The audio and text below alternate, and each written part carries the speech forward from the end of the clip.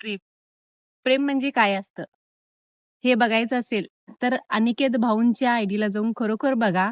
कारण त्यांनी त्यांची जी गाईला वासरू झालतं, पोटच्या मुलाचंही कोणी एवढं मोठा थाटामाटात बारसं घालणार नाही, तसं तिने त्या वासराचं बारसं घालून नाव इंद्रायणी ठेवलेलं आहे.